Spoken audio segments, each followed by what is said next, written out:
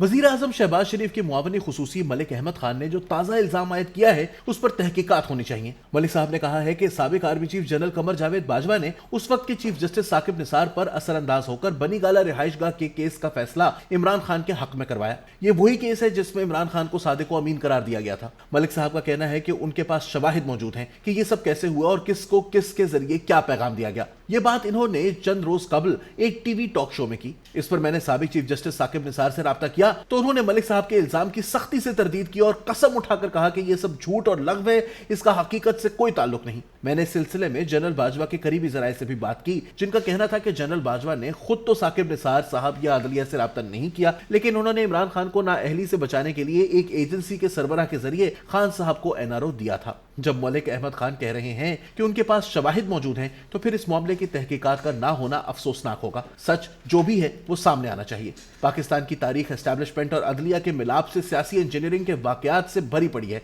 अदलिया पर बड़े बड़े इल्जामात लगते रहे, लेकिन कभी किसी ने तहकीकात करने का फैसला ना किया। रिटायरमेंट के बाद कई जज खुद बताते रहे कि कैसे उन पर दबाव डालकर मर्जी के सियासी फैसले करवाए गए, यहां तक कि जुल्फिकार अली भुट्टो का अदालती कत्ल तक किया गया। माजी करीब में उस वक्त के इस्लामाबाद हाईकोर्ट के सीनियर जज जस्टिस शौकत सिद्दीकी ने बहैसियत जज दुनिया के सामने ऐलान किया कि अदलिया पर एस्टैब्लिशमेंट का दबाव है। एस्टैब्लिशमेंट अपनी मर्जी के बेंच बनवाती है, अपनी मर्जी के केस मर्जी के बेंचों के सामने लगवाती है। जो कुछ जस्टिस शौकत सिद्दीकी ने कहा उस पर उस वक्त के चीफ जस्टिस को सुओ मोटो लेना चाहिए था और इंक्वायरी का हुक्म देना चाहिए था, लेकिन जो हुआ वो इसके बिल्कुल बरक्स था। जस्टिस शौकत सिद्दीकी के खिलाफ ही सुप्रीम जुडिशल काउंसिल में तहकीकात शुरू कर दी गई और उन्हें जज के ओहदे से ही फारिग कर दिया गया। शौकत सिद्दीकी साहब ने अपने हलफिया बयान में तफसीलात भी बताई थी कि उनसे एस्टैब्लिशमेंट का कौन सा अफसर मिलने आया, किसने राब्ता किया और क्या मुतालबा किया, लेकिन ये सब कुछ सुनने पर कोई तैयार ही ना था। सुप्रीम जुडिशल काउंसिल ने शौकत सिद्दीकी साहब को जज के ओहदे से फारिग किया तो उन्होंने काउंसिल के फैसले के खिलाफ सुप्रीम कोर्ट में अपील दायर कर दी, लेकिन कोई 3-4 साल गुजर चुके हैं,